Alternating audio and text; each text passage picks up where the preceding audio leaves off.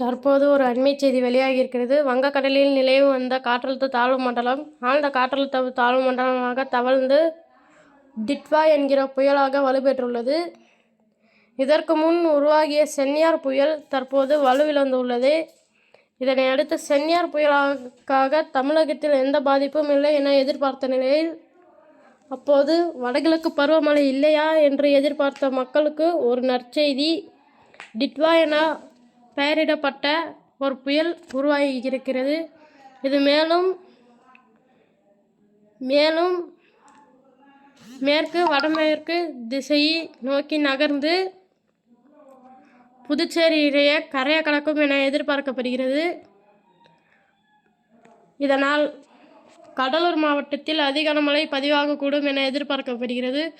மேலும்